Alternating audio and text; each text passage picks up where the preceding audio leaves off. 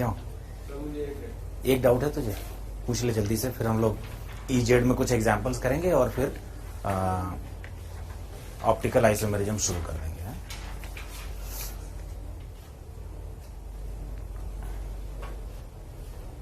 Question number बोल दो। A14। अच्छा, A14 में वो ये कह रहे हैं, क्वेश्चन नंबर है A14,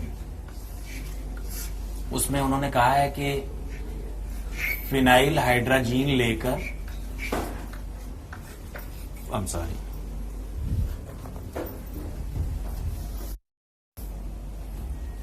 फिनाइल हाइड्राजीन से किसी X और Y की रिएक्शन करवाई जाती है, यही तो, और उससे कितने प्रोडक्ट्स मिलते हैं बेटे? How many products? P plus Q, 2 products मिलते हैं, ये दोनों ऑर्गेनिक प्रोडक्ट्स हैं।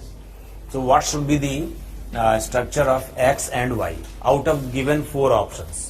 तो जरा देखो, ये जो फिनाइल हाइड्राजीन है वो X और Y से रिएक्शन करता है, और X Y ऑप्शन वगैरह को देखकर समझ में आ रहा है कि ये X और Y कार्बोनाइल कंपाउंड्स हैं।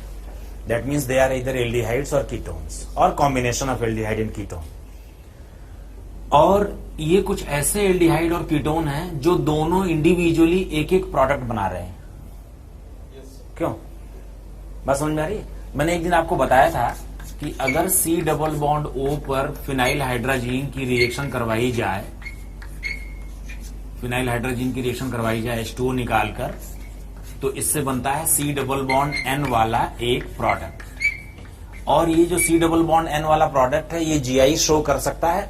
इन केस इसने GI शो किया तो इसके 2 प्रोडक्ट्स होंगे एक्चुअली, एक होगा सिन और दूसरा होगा एंटी, ठीक है ना? और वो इस बात पे डिपेंड करेगा कि इस कार्बन के ऊपर 2 सेम ग्रुप्स लगे हैं या दोनों डिफरेंट ग्रुप्स लगे हैं। अगर इस कार्बन पर दोनों सेम ग्रुप लगे तो जो प्रोडक्ट बनेगा उसकी संख्या कितनी होगी? 1। और अगर इस पर 2 डिफरेंट ग्रुप्स लगे हुए हैं तो जो प्रोडक्ट बनेगा उसकी संख्या कितनी होगी? 2। ये बात समझ में आ गई? अब जरा देखो, ये X जो है वो कोई C डबल बॉन्ड O वाला कंपाउंड है, और ये वाला Y जो है वो भी कोई कार्बोनाइल कंपाउंड है। इन दोनों कार्बनों पर जो ग्रुप्स लगे हुए हैं वो आपस में डिफरेंट हो सकते हैं, but at an individual carbon actually 2 same groups must be present. Why? Because only 2 products are being formed after the reaction is completed. जब इस रिएक्शन के बाद केवल 2 ही प्रोडक्ट मिल रहे हैं, इसका मतलब क्या है? इसका मतलब दोनों ही C डबल बॉन्ड वाले कार्बन पर सेम ग्रुप लगा हुआ है। इस कार्बन पर 2 ग्रुप जो लगे हैं वो सेम है, इस कार्बन पर 2 ग्रुप जो लगे हैं वो सेम है। ये आपस में डिफरेंट हो सकते हैं, होंगे ही, डिफरेंट होंगे, अदरवाइज तो X और Y दोनों सेम हो जाते। बात समझ में आई? But at an individual carbon 2 same groups must be present. क्यों? क्योंकि X से भी एक ही प्रोडक्ट मिला और Y से भी एक ही प्रोडक्ट मिला। ठीक है ना? मेरी बात समझ गए क्या? जरा ऑप्शन A को देखो। ऑप्शन A में जो 2 कंपाउंड उन्होंने दिए हैं, उन दोनों से 2-2 प्रोडक्ट्स मिल जाएंगे और कुल प्रोडक्ट्स की संख्या 4 हो जाएगी। जरा ध्यान से देखो ऑप्शन A में। तुम इधर आ जाओ, इस यहां देख लो, क्वेश्चन देख लो, फिर चले जाना। ऑप्शन A में जो 2 कंपाउंड्स हैं, उनमें से पहले कंपाउंड से फिनाइल हाइड्राजीन की रिएक्शन होगी तो कितने प्रोडक्ट्स मिलेंगे? 2। और दूसरे से भी 2, तो टोटल कितने हो जाएंगे? 4। तो ये हमारा आंसर नहीं हो सकता। ऑप्शन बी में जो कंपाउंड्स दिए हुए हैं उनसे भी कुल 4 प्रोडक्ट्स मिलने वाले हैं। क्यों? तो ये भी हमारा आंसर नहीं होगा। ऑप्शन सी में पहला जो कंपाउंड है उससे सिंगल प्रोडक्ट मिलेगा और दूसरा कंपाउंड जो है उससे 2 मिलेंगे, तो टोटल प्रोडक्ट्स हो जाएंगे 3, और ये भी हमारा आंसर नहीं हो सकता। आखिरी ऑप्शन देखो, फॉर्मेल्डिहाइड और एसीटोन दोनों से एक एक प्रोडक्ट मिलेंगे, तो टोटल प्रोडक्ट्स हो जाएंगे 2। यही हमारा आंसर होगा। ठीक है? Last option is the answer. अब कर लोगे? और कोई डाउट? स्टीरियोकेमिकल नेम में सिस, ट्रांस, ई, जेड ये इंक्लूड करना पड़ता है। जरा बताओ क्या है? नहीं, नेमिंग तो तुम जानते हो, नेमिंग करना तो तुम जानते हो ना। बस तुम बॉन्ड को देखकर ये ध्यान से बता दो कि ये सिस है या ट्रांस है। जैसे मुझे बताओ, कार्बन नंबर 1 कहां पर है? कार्बन नंबर 1 इधर है? नहीं, एस्टर की ओर है, एस्टर की। तो कार्बन नंबर 2 कहां पर है? कार्बन नंबर 2 पर एक डबल बॉन्ड है, कार्बन नंबर 2 पर डबल बॉन्ड है, और उस डबल बॉन्ड का कॉन्फ़िगरेशन कैसा है, ई है या जेड है? जेड हो जाएगा। जरा देखो, कार्बन नंबर 2 पर सीनियर कौन हुआ, COOCH3 या CH3? COOCH3, तो सीनियर वाला नीचे है। कार्बन नंबर 3 पर सीनियर कौन है, हाइड्रोजन या पूरा बड़ा ग्रुप? तो सीनियर सीनियर सेम साइड हो गया ना, तो जेड हो गया। चलो कार्बन नंबर 5 पर है ना, अगला डबल बॉन्ड किस कार्बन पर है? 5 पर है।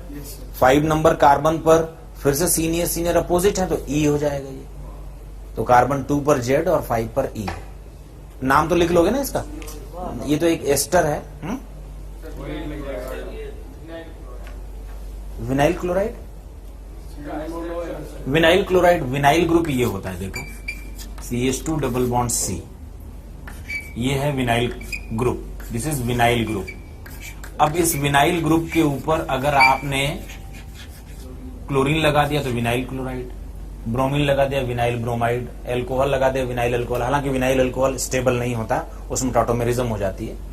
इसी तरीके से एक ग्रुप होता है CH2 double bond CH single bond CH2, इसको बोलते हैं एलाइल ग्रुप, ठीक है ना, इसका नाम है एलाइल ग्रुप, ठीक है बेटा।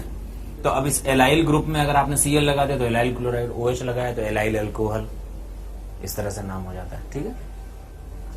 ऐसे ग्रुप्स के बारे में बताऊंगा। अच्छा, हमारी बैकअप क्लासेस लग रही हैं, आज भी तो है शायद कोई बैकअप क्लास, मेरी है शायद 6:30 से। हाँ, तो क्या हम लोग बैकअप क्लास में क्या पढ़ेंगे?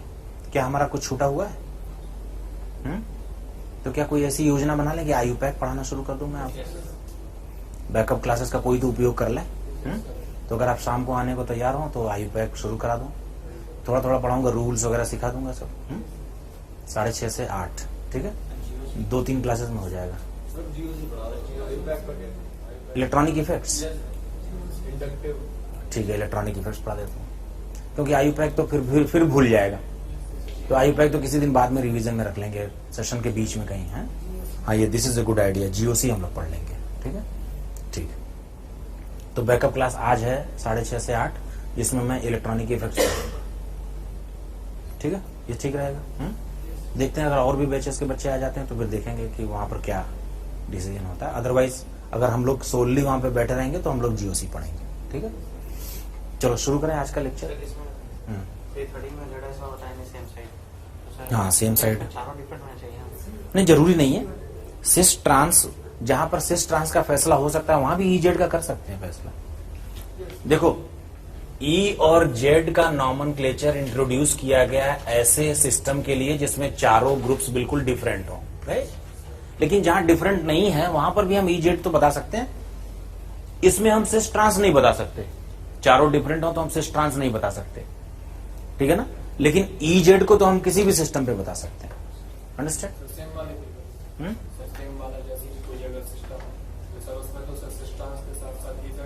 हाँ बिल्कुल, मतलब वो GI शो कर रहा हो, ऐसा सिस्टम हो जो GI शो कर रहा हो, सिस ट्रांस हो तो भी हम उसको EZ बता सकते हैं। और EZ का सिस ट्रांस के साथ कोई रिलेशन नहीं है, क्या हम लोगों ने ये बात मेंशन की है? जैसे कोई एग्जांपल लेके देख लेते हैं। जैसे मुझे बताओ CH3 और H, ये सीनियर है, हाइड्रोजन और मिथाइल में मिथाइल सीनियर है, और यहाँ हाइड्रोजन और मिथाइल में मिथाइल सीनियर है। तो ये हो गया Z, ये Z हो गया ना। अब जरा एक और देख लो,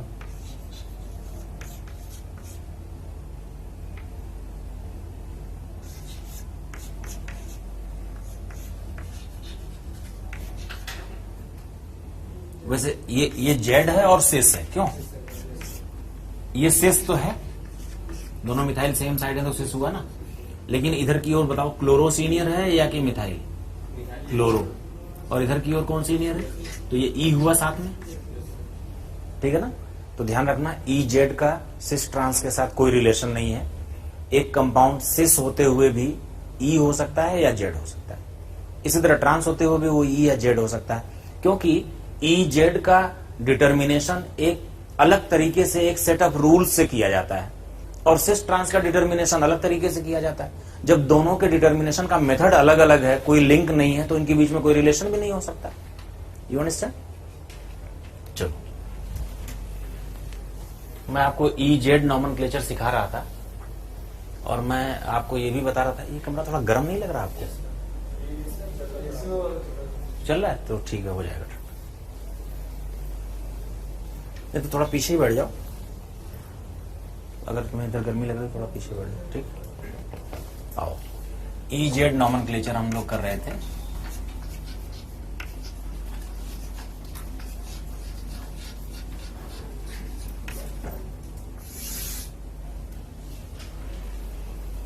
मैंने आपको एक रूल बताया था, CIP rule. CIP rule is basically used to determine the priority. जब किसी डबल बॉन्ड पर दो ग्रुप्स हों और वो दोनों में से एक को सीनियर और एक को जूनियर बताना हो, तो इन्हीं CIP रूल्स के अकॉर्डिंग, इन्हीं की सहायता से हम उसको डिटरमाइन करते हैं, ठीक है ना। जब सीनियर सीनियर सेम साइड निकलते हैं तो Z बोलते हैं, और सीनियर सीनियर अगर अपोजिट साइड निकलते हैं तो E कॉन्फ़िगरेशन बोलते हैं, ठीक है ना। CIP रूल्स में पहला रूल ये था कि अगर एटॉमिक नंबर ज्यादा होगा तो प्रायोरिटी भी ज्यादा होगी, ठीक है ना। अगर प्रायोरिटी ज्यादा होने का मतलब कि 1 प्रायोरिटी मिलेगी उसको, 2 प्रायोरिटी लोअर प्रायोरिटी है, 1 प्रायोरिटी हायर प्रायोरिटी, ठीक है ना। इसके अलावा दूसरा रूल ये था कि अगर सेम एटम हो, पहला एटम सेम हो जाए तो गो ऑन सेकेंड और थर्ड और fourth and so on till the first point of difference, ठीक है ना। तीसरा रूल ये था कि अगर कोई पहला और दूसरा एटम एक दूसरे से डबल बॉन्ड से जुड़े हों तो हाइपोथेटिकली हम ये मान के चलेंगे कि ये दोनों आपस में 2 बार जुड़े हुए हैं, यानी कि कार्बन पर 2 ऑक्सीजन और ऑक्सीजन पर 2 कार्बन जुड़े हुए हैं, ठीक है ना। इसी तरह इसमें ये ट्रिपल बॉन्ड से जुड़े हों तो 3 बार मान के चलेंगे। ये सब मैंने बता दिया था आपको पहले। ट्रिपल बॉन्ड से जुड़े हों तो हम मान के चलेंगे कि हर कार्बन पर 3 नाइट्रोजन और हर नाइट्रोजन पर 3 कार्बन है। फिर एक आइसोटोप्स वाला रूल था, क्या था बताओ? हाँ, heavier isotope will be given more priority. That means out of tritium, deuterium and protium, tritium will be having the highest priority and protium has the lowest priority, ठीक है ना। 2 isotopes are having same atomic number, and in case of isotopes we have to decide the priority according to their masses, है? और एक आखिरी rule और था कि अगर लोन पेयर होगा तो उसको लोअर प्रायोरिटी ही मिलेगी हमेशा, because atomic number of lone pair is consider to be 0, ठीक है। तो चलो इसी आधार पर हम लोग शुरू करते हैं एग्जाम्पल। पहला एग्जाम्पल है, जरा बताना, CH2NH2 और CH डबल बॉन्ड NH, और इधर ले लेता हूं CH3 और CH2CH3। पहले तो मुझे लेफ्ट साइड में बताओ, पहला एटम कार्बन निकला तो इसलिए प्रायोरिटी डिसाइड नहीं हुई, तो हम लोग दूसरे एटम को देखेंगे। ऊपर वाले मिथाइल में दूसरे एटम के लिए हाइड्रोजन ही हमारे पास एकमात्र ऑप्शन है, लेकिन नीचे वाले कार्बन पर एक कार्बन और कनेक्टेड है, तो क्या ये निचला कार्बन ज्यादा सीनियर निकला? तो ये हो गया 1 प्रायोरिटी वाला। इन दोनों में देखो, इस कार्बन और इस कार्बन की वजह से फैसला नहीं हुआ। यहाँ पर सेकंड एटम क्या है? नाइट्रोजन, और यहाँ पर सेकंड एटम क्या है? नाइट्रोजन, तो फिर से डिसीजन नहीं हुआ, तो थर्ड एटम पर जाएंगे। यहाँ पर थर्ड एटम के लिए हाइड्रोजन ही हमारे पास उपाय है, ऑप्शन है, लेकिन यहाँ पर थर्ड एटम के लिए नाइट्रोजन फिर से है। बोलो कैसे? क्योंकि वो डबल बॉन्ड से जुड़ा हुआ है। If a nitrogen is connected through a double bond, that means hypothetically it will be considered as if they are connected twice.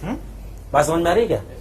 तो इसका मतलब क्या है? जैसे क्लियर हुआ कि नहीं क्लियर हुआ? जैसे इस कार्बन पर क्या क्या जुड़ा हुआ है? इस कार्बन पर जुड़ा हुआ है एक नाइट्रोजन, 2 हाइड्रोजन। नाइट्रोजनों पर फिर से हाइड्रोजन जुड़े हुए हैं, वो अलग है, ठीक है ना। और इस पर, इस ग्रुप में देखो कार्बन पे क्या जुड़ा हुआ है? एक हाइड्रोजन और 2 नाइट्रोजन। तो पहला एटम सेम निकला तो डिसीजन नहीं हो पाया। दूसरा एटम फिर से सेम निकला, डिसीजन नहीं हो पाया। तीसरा एटम, यहां नाइट्रोजन निकला और वहां हाइड्रोजन ही हमारे पास ऑप्शन बचा, तो यहां पर डिफरेंस आ गया। कौन सीनियर हुआ? डबल बॉन्ड वाला या सिंगल बॉन्ड वाला? डबल बॉन्ड वाला, तो दिस इज सीनियर। सीनियर जब सेम साइड हो जाए तो इसका कॉन्फ़िगरेशन क्या होगा? जेड, ठीक है ना भाई? कर लोगे? चलो एक आपके लिए,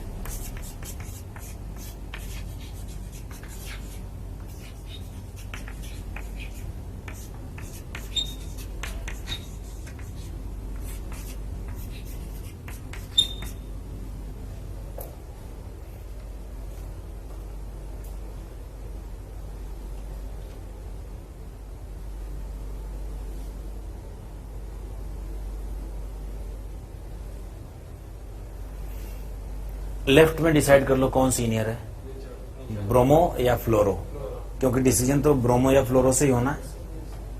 क्यों भाई, पहला आइटम कार्बन, पहला आइटम कार्बन। नहीं, इनमें से कौन सीनियर है ये तो बताओ, ब्रोमो या fluoro? Atomic number of bromo is 35 and atomic number of fluoro is 9 only. तुमने रिएक्टिविटी तो नहीं देख लिया कहीं कि फ्लोरीन बड़ा रिएक्टिव है करके?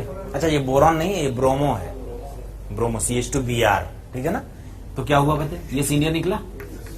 उधर की ओर Cl सीनियर है या OH? Cl एटॉमिक नंबर से, तो ये Z हो गया, ठीक है ना। ध्यान रहे, पहले एटम को देखना है, अगर पहला कॉमन निकला तो दूसरे एटम को देखना है, इसी तरीके से चलना है आगे, ठीक है ना बेटे।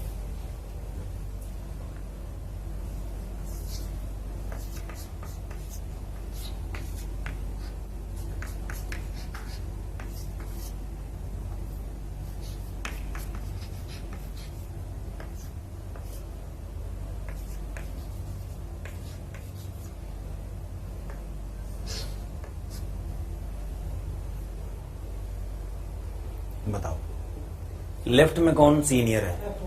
F, ठीक है ना, ये सीनियर हो गया। और राइट में कौन सीनियर है? ट्रिपल बॉन्ड वाला या डबल बॉन्ड वाला? ट्रिपल बॉन्ड वाला, तो ये कॉन्फ़िगरेशन क्या हो गया? E।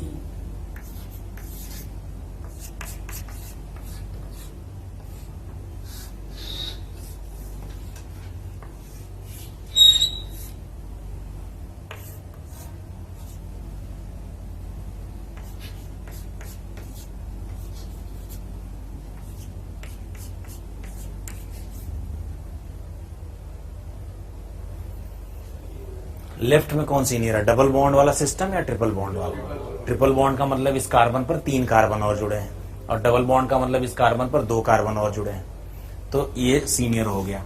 राइट में देखो, राइट में इस कार्बन पर कितने कार्बन जुड़े हैं? 1 2 तो डायरेक्ट जुड़े हैं, और एक ये, कुल 3 कार्बन हो गए नहीं हो गए? इस कार्बन पर 3 कार्बन जुड़े हैं कि नहीं? 2 तो डायरेक्ट दिख रहे हैं, तीसरा कहाँ है? हाइपोथेटिकल है बिकॉज ऑफ डबल बॉन्ड, ठीक है ना। और इस कार्बन पर कितने जुड़े हुए हैं? 2 ही जुड़े हुए हैं, तो ये सीनियर निकला, that's why it is E। मुझे एक बात बता, इस कार्बन पर एक कार्बन इधर जुड़ा हुआ है और एक कार्बन इधर जुड़ा हुआ है, लेकिन डबल बॉन्ड से। जब डबल बॉन्ड से 2 एटम्स जुड़े हों तो हाइपोथेटिकली हम ये मानते हैं ना कि वो 2 बार जुड़े हुए हैं, ठीक है ना।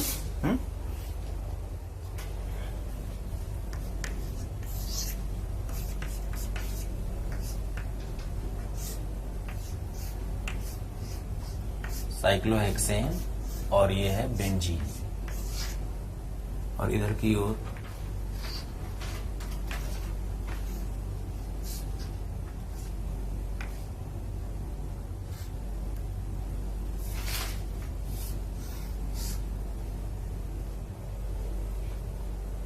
पहले राइट में डिसाइड करो कौन सीनियर है, साइक्लोहेक्सेन या बेंजीन? बेंजीन, तो ये 1 निकला। फिर लेफ्ट में डिसाइड करो, पहला एटम कार्बन है, दूसरा भी कार्बन है, तीसरा भी कार्बन है, जबकि यहां पर क्या है? पहला एटम कार्बन, दूसरा ऑक्सीजन, तीसरा कार्बन। ये हो गया फाइनल, ये सीनियर हो गया, because higher atomic number atom is basically closer. तो जेड, सभी को समझ में आया?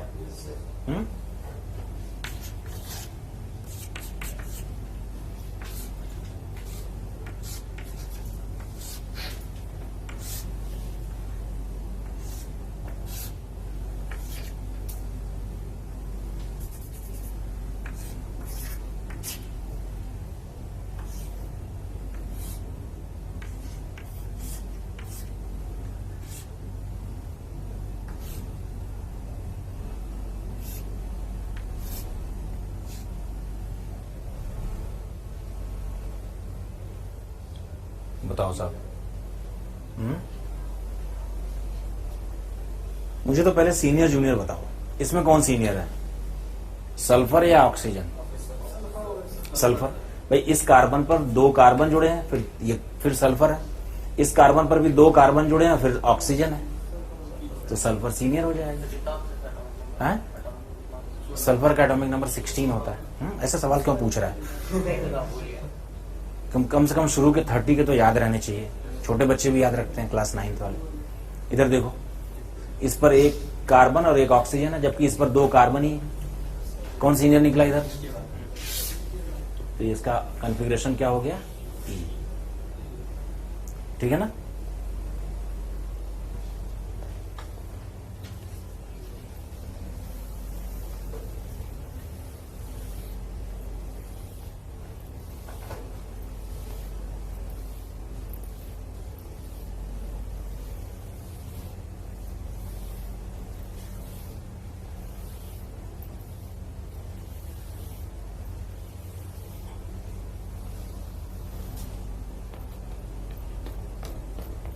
ठीक है,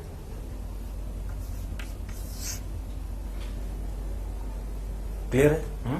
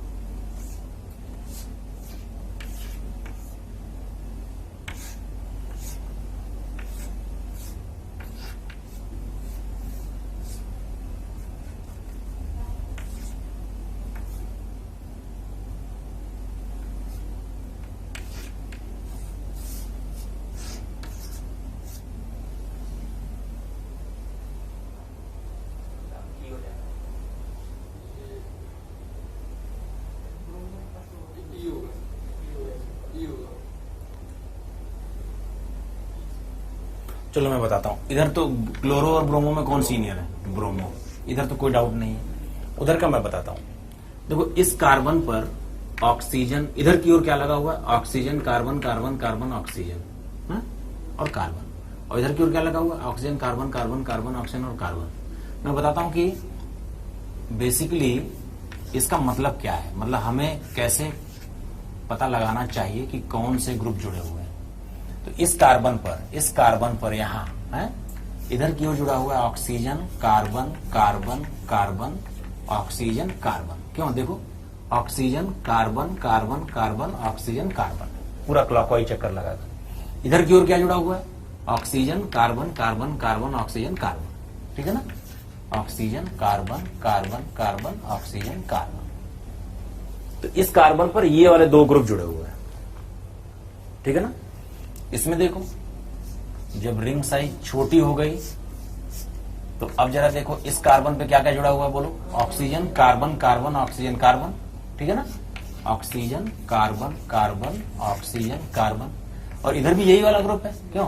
कार्बन, कार्बन, ऑक्सीजन, कार्बन। पहले एटम पर तो फैसला नहीं हो पाएगा, because both of the items are same. दूसरे पर भी फैसला नहीं हो पाएगा क्योंकि दोनों सेम है। फिर से तीसरे पर भी फैसला नहीं होगा, चौथे पर भी फैसला नहीं होगा, लेकिन 5वें पर कौन सीनियर निकला? बोलो।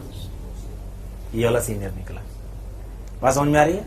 तो हमें बड़ी रिंग है कि बड़ा ग्रुप है वो नहीं देखना, हमें तो ये देखना है कि एटॉमिक नंबर किसका ज्यादा है।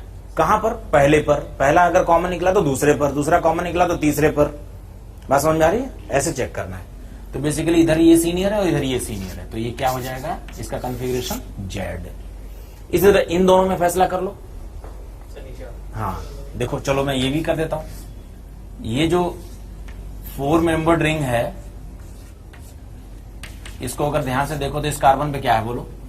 Oxygen, carbon, oxygen, carbon. यही तो है ना बेटा? Oxygen, carbon, oxygen, carbon. Same is the case on the other side. और ये 3 मेंबर्ड रिंग पर क्या है,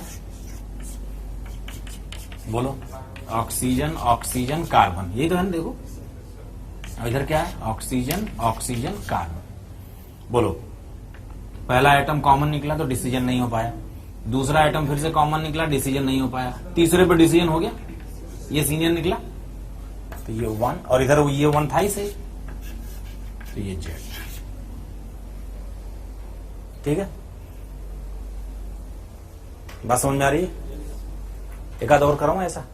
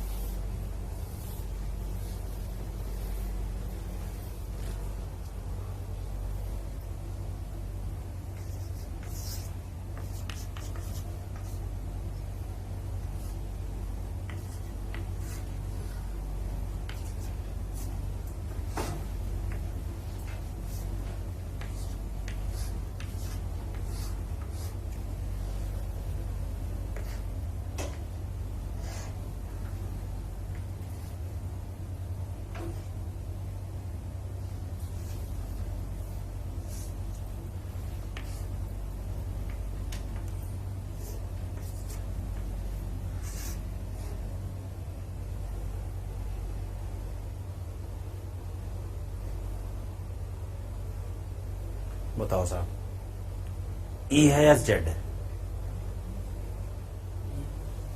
जेड है सर।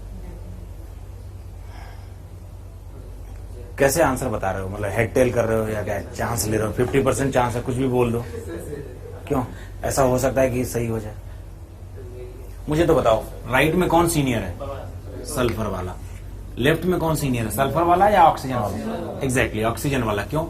इस पर पहला आइटम कार्बन है तो डिसीजन नहीं हुआ, लेकिन दूसरा आइटम यहाँ ऑक्सीजन है, जबकि यहाँ दूसरा आइटम भी कार्बन है। Although sulphur has greater atomic number but sulphur is far. क्यों? तो इसलिए ये सीनियर हुआ, और ये जो कंपाउंड है उसका कॉन्फ़िगरेशन होगा जेड। ठीक है,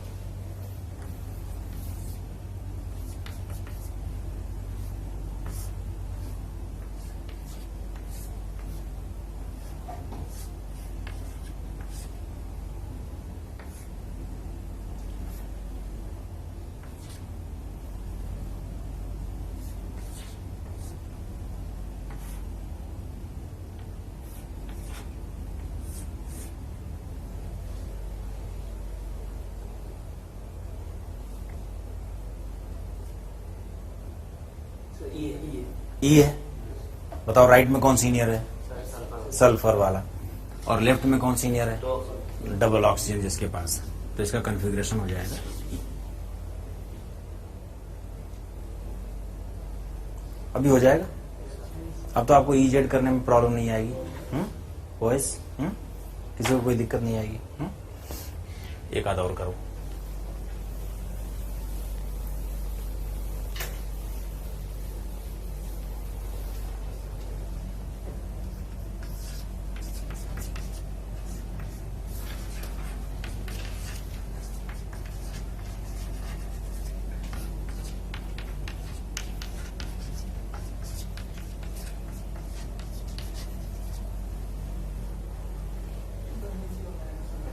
इधर कौन सीनियर है, एल्डिहाइड या कीटोन?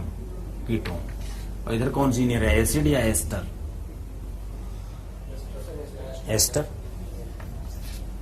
ये जेड हो जाएगा। ठीक है,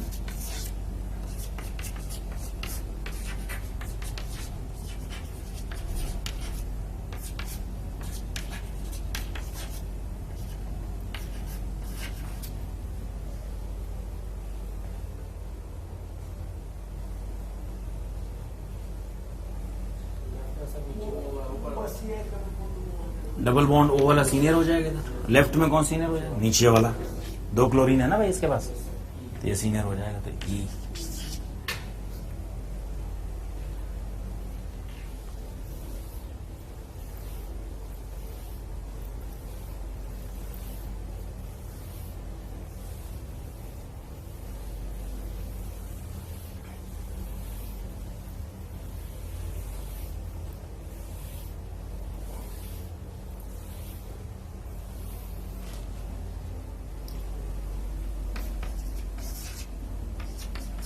एक इंपॉर्टेंट एग्जांपल करने जा रहा हूं।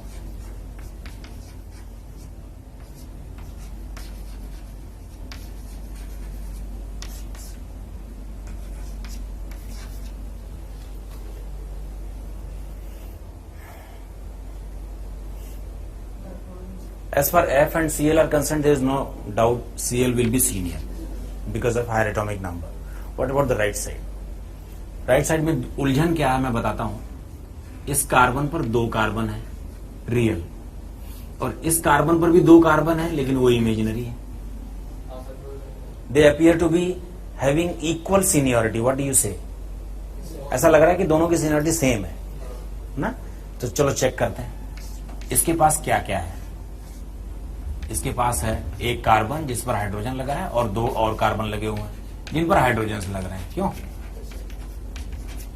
इसके पास क्या है?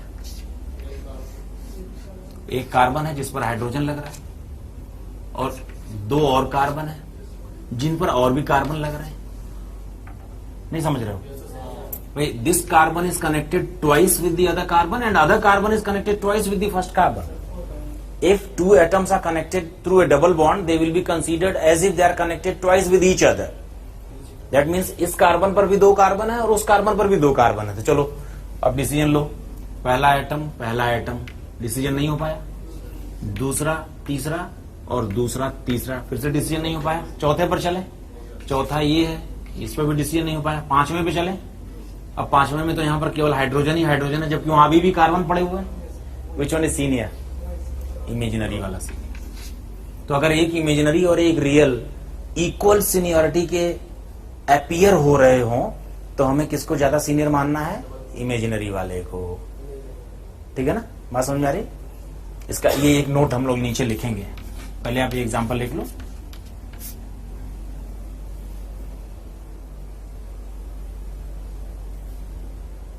समझ में आ रही बात? बेटे क्लियर हो रहा है?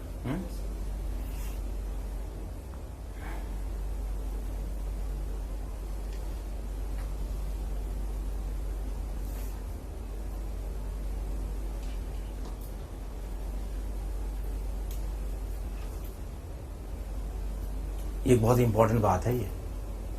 क्यों? जरा लिखो, नोट में लिखो। इफ 2 ग्रुप्स, ब्रैकेट में लिख देना, 1 real and 1 imaginary,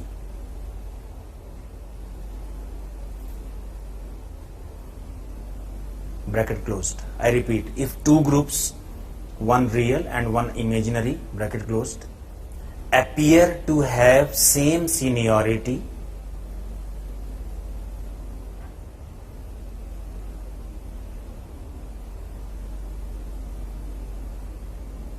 then imaginary group is taken to be more senior. Imaginary group is taken to be more senior.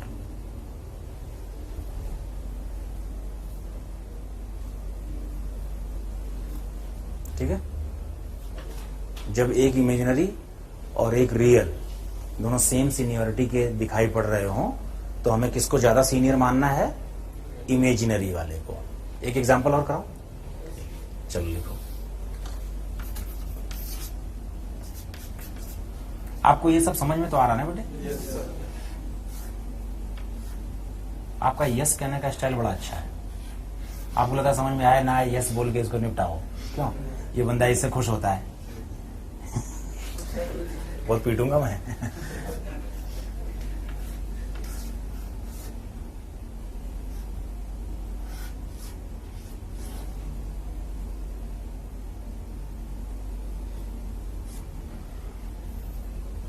देखो, लेफ्ट में किसको सीनियर मानोगे आप? ऊपर वाले को, क्योंकि इस कार्बन पर 3 कार्बन है डायरेक्ट। नीचे वाले में क्या है? इस कार्बन पे 2 ही कार्बन डायरेक्ट है। चलो राइट में पहले कार्बन पर 3 कार्बन है और दूसरे यहां पर ऊपर वाले में इसमें भी 3 कार्बन है, लेकिन वो इमेजिनरी है। ठीक है? तो इमेज कौन सीनियर हो गया? बात समझ में आई? जब एक इमेजिनरी और एक रियल दोनों इक्वल सीनियरिटी के दिखाई पड़े तो हमें इमेजिनरी वाले को ज्यादा सीनियर मानना है।